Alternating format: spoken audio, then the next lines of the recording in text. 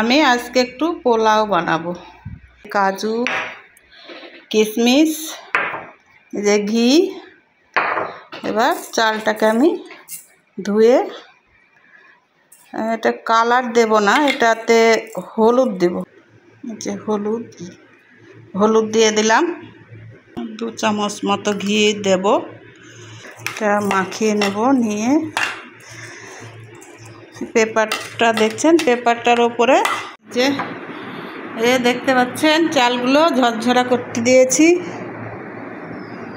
ঝরঝরে হয়ে গেলেই আমি এটা রান্না শুরু করব।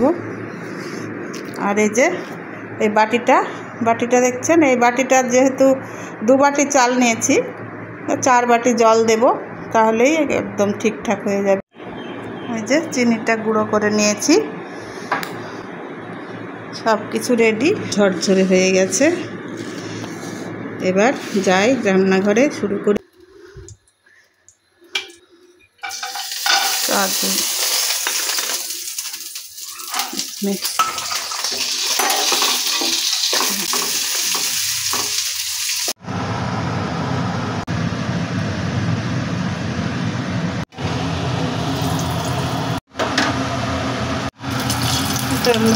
দারচিনি, লবঙ্গ আর এলাচ দিয়ে দিলাম, তেজপাতা দিয়ে দিলাম। চালগুলো দিয়ে দেবো। আমার তো মাপাই ছিল, আপনাদেরকে দেখিয়েছি। করে নেড়ে নেড়ে তারপর জল দিয়ে দেব। জলটা দিয়ে দেব,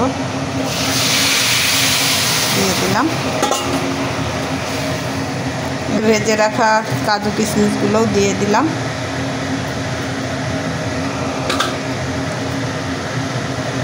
এবার একটু চালটা সিদ্ধ হয়ে গেলে আমি চিনি দিয়ে নামিয়ে ফেলব। একটু নুন দেব, সামান্য একটু নুন দিলাম, লঙ্কা গুঁড়ো পাউডার দিলাম, জিরে পাউডার দিলাম একটু।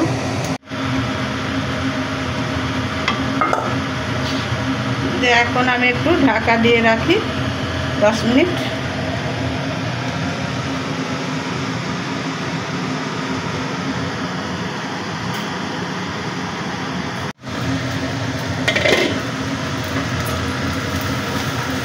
চিনিটা দিয়ে দিলাম।